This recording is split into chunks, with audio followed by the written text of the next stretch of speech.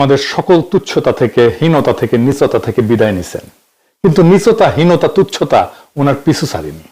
আমি আজকে এইসব কথা বলতে চাইনি, কিন্তু বলতে বাধ্য হচ্ছি যে এইসব চোখে আঙুল দিয়ে দেখায় না দিলে বাঙ্গুদের চোখ খুলবে না।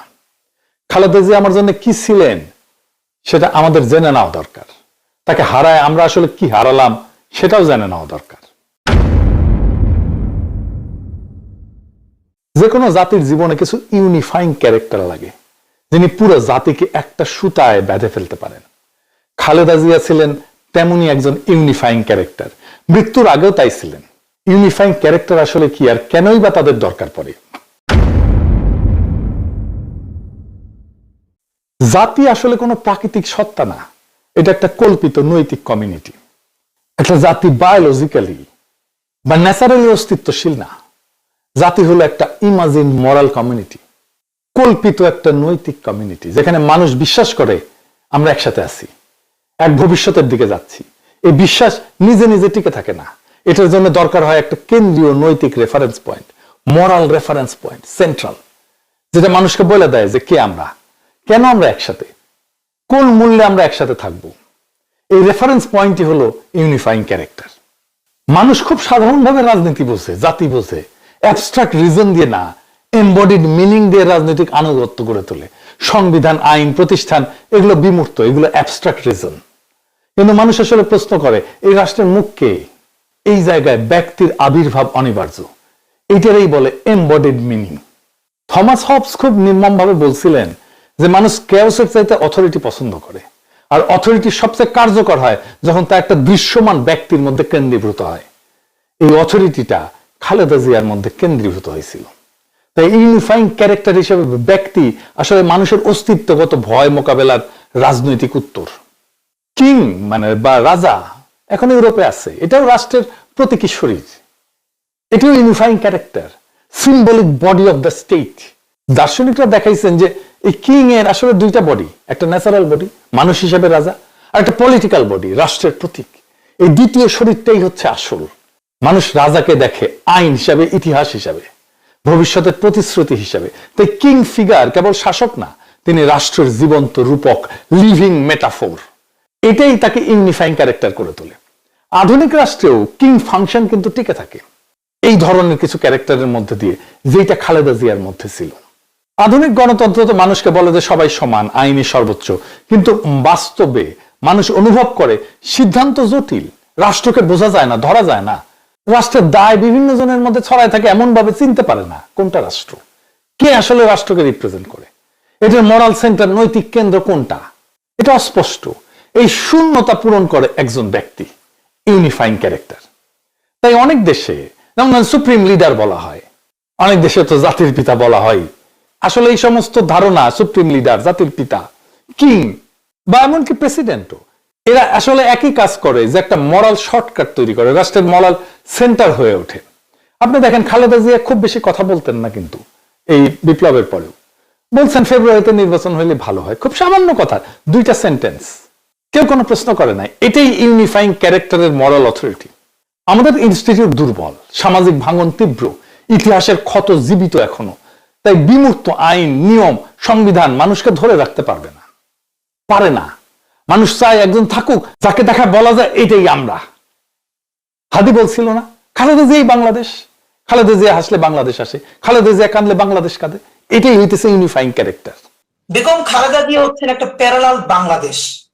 মানে বাংলাদেশ ভালো আছে কিনা এটা আপনি বেগম খালেদা জিয়ার দিকে তাকালে দেখবেন।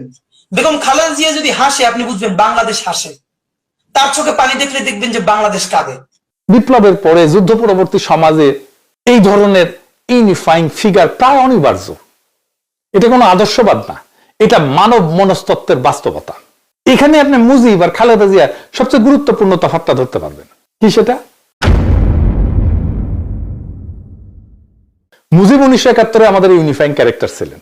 আমরা যদি এটাকে অস্বীকার করি তাহলে আমরা ইতিহাসকে অস্বীকার করব, কিন্তু উনি থাকতে পারেন নাই ইউনিফাইং ক্যারেক্টার হিসেবে। কারণ ইউনিফাইং ক্যারেক্টার তখনই চিরস্থায়ী হয় না যখন নিজেকে, ওই ক্যারেক্টার নিজেকে রাষ্ট্রের সমর্থক ভেবে বসে। ফিলোসফিক্যালিও যে কিং ফাংশন যেটা, এইটা তো সত্যিকারের ইউনিফাইং একটা ক্যারেক্টার। এই কিং নিজেকে প্রতীক হিসেবে ব্যবহার করতে দেন, কিন্তু সিদ্ধান্তকে প্রতিষ্ঠানের দিকে ঠেলে দেন। নিজের সিদ্ধান্ত নেন না, নিজের ক্ষমতাকে ট্রানজিশনাল মনে করেন তিনি, অন্তর্বর্তীকালীন রাজা হিসেবে কাজ করেন কিন্তু রাজতন্ত্র তৈরি করেন না। তিনি জানেন এই কিং ফাংশন, আমি কিন্তু কিং এর কথা বলতেছি না, মনে রাখেন কিং ফাংশন, রাজা হিসেবে কাজ করে কিন্তু রাজতন্ত্র তৈরি করে না। তিনি জানেন আমার কাজ ঐক্য তৈরি করা, আমাকে অমর করা না, নিজেকে অমর করা না। মানুষ বিমূর্ত রাষ্ট্রের জন্য মরতে পারে না, মানুষ মরতে পারে একটা মানুষের মুখের সেই রাষ্ট্রটাকে দেখে। এই জন্য ইউনিফাইং ক্যারেক্টার হিসেবে ব্যক্তি প্রয়োজন। কিং ফাংশন বহু সমাজে বাস্তবেও কার্যকর। যেদিন রাজা সেই কিং ফাংশন, যেদিন ওই ইউনিফাইং ক্যারেক্টার নিজেকে ঐক্যের উৎস না বরং ঐক্যের মালিক ভাবে, সেদিন থেকে জাতির ক্ষয় শুরু হয়, ইউনিফাইং ক্যারেক্টারের ক্ষয় শুরু হয়। মুজিব এইভাবে ক্ষয়ে গেছে। খালেদা জিয়া এইখানে অনন্য হয়ে উঠতে পারতেন, একজন ইউনিফাইং ক্যারেক্টার হয়ে উঠতে পারতেন, কিন্তু মুজিবের অনুসারীরা যেভাবে মুজিবকে ধ্বংস করছে, ঠিক একইভাবে খালেদা জিয়ার অনুসারীরা খালেদা জিয়ার ইমেজকে ধ্বংস করতেছে। কিভাবে দেখাই দিতেছে একটা একটা করে। 2024-এর 5ই আগস্টের পর বিএনপির সবসময় একটা খায়েশ ছিল খালেদা জিয়ার এই তুঙ্গস্পর্শী জনপ্রিয়তাকে ভোটের বাক্সের ভোটে রূপান্তরিত করবে। এখন কেউ প্রশ্ন তুলতেই পারে যে খালেদা জিয়া তো বিএনপির চেয়ারপারসন, তিনি রাজনৈতিক নেত্রী, উনাকে উনার দল নির্বাচনে যে তার কাছে ব্যবহার করবে না। জি না, দুইটা জিনিস একসাথে হয় না, ইউনিফাইং ক্যারেক্টার এবং দলের নেতা। একই সাথে একজনকে আপনি ইউনিফাইং ক্যারেক্টার আর দলের নেত্রীর রোল দিতে পারবেন না, এটা কাজ করবে না, ফাংশন করবে না, যে কোনো একটা ফেল করবে। ইউনিফাইং ক্যারেক্টারকে দলের ঊর্ধ্বে উঠতে হয়, সব দলের ঊর্ধ্বে। উনি উঠে গেছিলেন, জনগণই তাকে ওই জায়গায় নিয়ে গেছিলেন, কিন্তু দলও তাকে ওই জায়গায় রাখতে দেবে না। এই কাজটাই করতে হয় দলের লোকদেরকে, তাকে জনগণের কাছে সমর্পণ করতে হয়। কিন্তু খালেদা জিয়াকে তার নিজের দলের লোকেরা এবং তার দলের বাইরে এই সরকারের লোকেরা এমন ভাবে নিজের স্বার্থ সিদ্ধির জন্য ব্যবহার করছে, তা শুধু নিন্দাযোগ্যই না, খালেদা জিয়ার ঐতিহাসিক অবস্থানকে ক্রমাগত তারা ছোট করছে। আসেন একে একে দেখতেছি। প্রথম করলো সেই ওয়াকরুজ্জামান প্রভুপাদ, সে খালেদা জিয়ার বাসায় গিয়ে দেখা করলো, খাবার টাবার রেন্ডে নিয়ে গেছিল। কি দেখাইতে গেছে? হাসিনার আমলে উনার কোনো দেখতে যাওয়ার খায়েশ হইল না, উনি কোনো রোল প্লে করলেন না। যেই হাসিনা পলাইছে, আপা পলাইছে, তখন উনি দেখতে গেছে, দেখাইতে গেছে যে আমরা আর্মি বিএনপির সাথে অ্যালাইন্ড, একসাথে বরাবর। আগামীতে বিএনপি তো আসিচ্ছে ক্ষমতায়, আমরা সিস্টেম করে ফেলেছি, আর্মি জেনারেল সিল করো, গুম করে বিন্দাস করো, কোনো সমস্যা হবে না। তারপর সশস্ত্র বাহিনী দিবসে আনা হইলো খালেদা জিয়াকে, ওনারা বিদায় দেওয়ার সময় ভিড় করে বারবার মুখ ঝুঁকে কথা বলিচ্ছে, দেখেন। তারপর স্যালুট দিয়ে আবার বোঝানো যে আমরা আসি একসাথে মিলে জুলে বিএনপির সাথে। ওনাকে আনার টাইমে, সশস্ত্র বাহিনী দিবসে আনার টাইমে ভয়ঙ্কর ভিড়ের মধ্যে আনা হয়েছে, দেখছেন। ইনফেকশন তো হয়েছে প্রোগ্রামে যাওয়ার পরেই, তারপরে উনি অসুস্থ হইলেন। ওয়াকার আর বিএনপির অ্যালাইনমেন্ট দেখানোর কাঠফাড়া দিতে হইল জাতিকে এইভাবে। আমি তখনই লিখছি যে যেভাবে ভিড়ের মধ্যে দিয়ে ওনাকে গাড়িতে তোলা হয়েছে তা মোটেই ঠিক হয়নি। ম্যাডাম যে গুরুতর অসুস্থ সেটাকেও বিবেচনায় রাখেনি, তার আশেপাশে ভিড় জমতে না দেওয়া এবং কথা বলার সময় অন্তত 1 মিটার দূরত্ব বজায় রাখা উচিত ছিল। এমনকি উনাকে যারা আনা নেয়া করছে বা কথা বলছে তাদের সবার তো নিজের মাস্ক পরা উচিত ছিল, ম্যাডামকেও মাস্ক পরে রাখা উচিত ছিল। দেখা গেছে ম্যাডামের মাস্ক এখানে নিচে নামায় রাখছেন। ম্যাডামের মেডিকেল টিমের উচিতই হয়নি কোনোভাবে এই অনুষ্ঠানে যাওয়ার অনুমতি দেওয়া, আর দিলেও সংক্রমণ প্রতিরোধের ন্যূনতম, ইনফেকশন প্রতিরোধের ন্যূনতম ব্যবস্থা নেওয়া হয়নি। আবার দেখেন তারেক রহমানের প্রত্যাবর্তনে ওয়াকারের নজিরবিহীন সেনা নিরাপত্তা দিয়ে ওই একই জিনিস প্রমাণ করতে চাইলো আমরা একসাথে অ্যালাইন্ড। মিলে এবার ওয়াকারের সিগন্যাল গুলো মিলিয়ে বারবার করে একই সিগন্যাল দিতেছে। তারপরে দেখেন বিএনপি নিজে কিভাবে খালেদা জিয়ার ইমেজ নষ্ট করছে। খালেদা জিয়াকে 3টে আসনে প্রার্থী করছে, উনি গুরুতর অসুস্থ, অচেতন অবস্থায় হাসপাতালে, উনার হাতের টিপসই নিয়ে মনোনয়ন জমা দেওয়া হয়েছে। একজন মানুষকে তো সজ্ঞানে সচেতন সম্মতি দিতে হয়। এখন অচেতন বা ঘরের মধ্যে থাকা কোনো মানুষের হাতের টিপসই কি আমরা সচেতন সজ্ঞান সম্মতি বলতে পারি না তো। এই লেভেলে নামার তো দরকার ছিল না। সারা জীবন তো যন্ত্রণা দিচ্ছেন উনারে, ওনার কথা শুনেন নাই। আওয়ামী বিরোধী আন্দোলনে উনার দেয়া কর্মসূচিতে দলের স্থায়ী কমিটির সদস্য বাধা দিচ্ছেন আপনারাই। এখন উনারা অসুস্থ অবস্থায়, জাতি যেখানে উনাদের মাথায় তুলে রাখতেছে, উনারে আপনাদের মাটিতে নামায় আনতেই হবে যেন ভোটে জিততে পারেন। সি রে ননি সি। ব্যানে করছি না। চট্টগ্রাম উত্তর জেলা বিএনপি সাবেক আহ্বায়ক গোলাম আকবর খন্দকারের সাথে টেলিফোনে বেগম খালেদা জিয়া, ফোনে তিনি গোলাম আকবরকে বলতেছেন যে না, আমির খসরুকে বলে দেন খসরু যেন চট্টগ্রামে আওয়ামী বিরোধী আন্দোলন সংগ্রামে বাধা না দেয়। আন্দোলন করছিল বর্তমানে চট্টগ্রামের মেয়র ডাক্তার শাহাদাত হোসেন, খসরু এই সমস্ত কাজে বাধা দিচ্ছিল ডাক্তার শাহাদাতকে। 11 বছর আগে টেলিফোন আলাপ, ফোন আলাপে খালেদা জিয়া আমির খসরুকে বহিষ্কারের হুমকিও দিছিলেন। শুনেন হ্যাঁ বুঝলাম। যে ফার্নিচার ম্যাডাম, কোথায় আপনি? আমি চিরঙ্গে। আচ্ছা শোনেন, জি আমি দাদাকে বলেছি জি একটা কাজের দায়িত্ব দিয়েছি, খসরু যেন কোনোভাবে কোনো কাজে বাধা না দেয়। খসরুকে মেসেজ দেন। আমি আমি ম্যাডাম ভাইয়ের সাথে তো কথা হয়েছে, আমি আপনার আর দরকার নেই, আমি কোনো কথা, আপনি বেশি কথা বলতে জানেন না, এত কথার কোনো দরকার নেই। আমি আপনাকে যা বলছি সেটা বলেন, আপনি কোনো কথা বলবেন না, বুঝছেন কিনা? ওকে ঠিক আছে ম্যাডাম, এটা তো অবশ্যই। বলে দেন যে কোনো কাজে বাধা দেবে না। কোনো কাজে যদি বাধা দেয় তাহলে ইমিডিয়েটলি আমি তাকে রিমুভ করবো সেখান থেকে, বুঝছেন কিনা? ঠিক আছে ম্যাডাম, আমি করতেছি, অলরেডি আমি অর্গানাইজ করতেছি। বুঝছি, কিন্তু সে বাধা দিচ্ছে।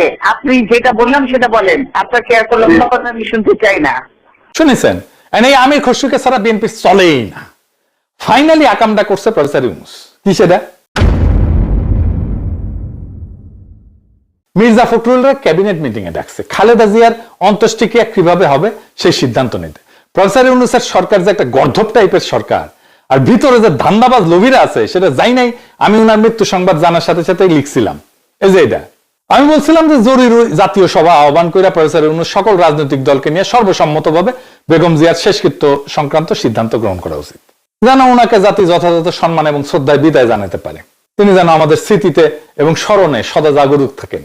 ওনার মহাজীবনার কর্ম থেকে আমরা যেন পরবর্তী প্রজন্ম যেন প্রেরণা পাইতে পারি। ওনার সর্বদলীয় মিটিং করবেন, সেটা করলেন না। খালেদা জিয়া তো সবার, উনি তো বিএনপির নেত্রী না শুধু। উনি সর্বদলীয় করবেন না, তাইলে তো বিএনপি আর ভোটের পয়েন্ট তুলতে পারবে না। পয়েন্ট তুলতে পারবে না খালেদা জিয়ার মৃত্যু থেকে। তাই ভোটের পয়েন্ট তোলার জন্য ক্যাবিনেটে মির্জা ফখরুলকে বসাইতেই হবে। কারো মাথায় এটা আসে নাই যে কাজটা বিধি বিরুদ্ধ, এটা করাই যায় না। সবার তো ধান্দা আছে। প্রফেসর ইউনূসে ধান্দা হইতেছে তারেক রহমান প্রেসিডেন্ট বানাবে, তারে কাউরে মন্ত্রী বানাবে, কাউকে উপদেষ্টা বানাবে। কতজনের কত স্বপ্ন, এই এত বেশি স্বপ্ন দেখতে দেখতে বুড়া বয়সে এই কাজ করে ফেলেছে। ইন্টারিমের গাছেরটা খাইছে এরা, এরপরে বিএনপির স্বপ্নের সরকারের তলাকটা কুড়াইতে হবে ওনাদেরকে। আমরা একটা জাতির ঐক্যের মুখ কল্পনা করছিলাম খালেদা জিয়ার মধ্যে। 2024-এর 5ই আগস্ট আমরা আমাদের সেই স্বপ্নকে বন্দিশালা ভেঙ্গা, সেই মুখকে, সেই দৃষ্টিকে, সেই কায়াকে, সেই শরীরকে মুক্ত করে আকাশের নিচে আনছিলাম। কিন্তু খোদা তাআলা যে আমানত আমাদেরকে দিছিলেন, আমানত আমরা রক্ষা করতে ব্যর্থ হয়েছি। কিছু মানুষের লোভে, তার দলের ধান্দায়, যাকে আমরা সমস্ত বাংলাদেশের জন্য মাথার ছাতা করতে চাইছিলাম, তারা তাকে কুক্ষিগত করছে নিজেদের নিজ স্বার্থে। যে মুখে ইনসাফ এবং হকের আলো দেখার কথা ছিল, সেখানে তারা আইকা দিছে দলের দাগ, থাপ্পা লাগাই দিছে, সত্যের উপরে মিথ্যার সিলমোহর লাগাই দিছে। তিনি আজকে দুনিয়ার সব সীমানার ঊর্ধ্বে। নির্ভরতার সেই দৃষ্টি মিলছে মহাকালের প্রান্তে। বেঁচে থাকলে লোভীদের এই ফিতনা এবং জুলুম দেখা তিনি নিজেই ঘৃণায় মুখ ফিরায় নিতেন। খোদা তাআলা সর্বোত্তম পরিকল্পনাকারী, তাই উনাকে এই নোংরামি দেখতে হয় নাই। সৃষ্টিকর্তা তাকে আপনার রহমতে